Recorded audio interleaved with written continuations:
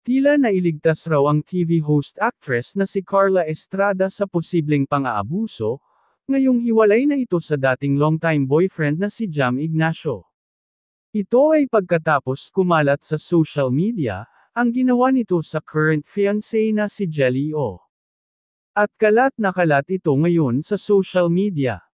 Base sa Instagram stories nito ay magkasama pa sila sa isang salon, kung saan nagpapalinis ng kuko si Jelly. Ngunit base sa Facebook post ng kapatid ng DJ na si Joe, naganap raw ito sa loob mismo ng sasakyan. Nakahingi lang daw ito ng tulong si Jelly nang hindi mabasa ang RFID sa isang toll gate, kaya nakapagbaba ito ng bintana at agad humingi ng tulong sa teller.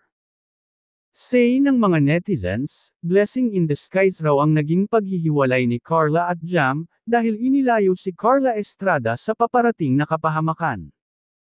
Komento naman ng isang netizens, karma niya siguro yan after makang Carla Estrada and calling her mommy sa IG. Maaga kinarma. Samantala, bago ito mangyari nag-post muna si Jelly sa IG story, na tila pang-iinis sa aktres na si Carla Estrada, ito ay bago mangyari ang lahat sa kanya ng fiancé niya na si Jam Ignacio.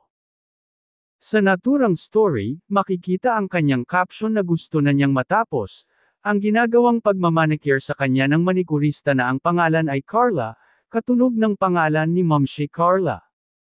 Say naman ni Momshi Carla sa kanyang IG story, "Aniya, everyone you meet is fighting a battle you know nothing about. Be kind always." Marami naman ang nagtanggol sa vlogger DJ na si Jelly O laban sa mga bashers, na nagsasabing nakarma ang dalaga, dahil sa pang-ookray niya kay Carla Estrada.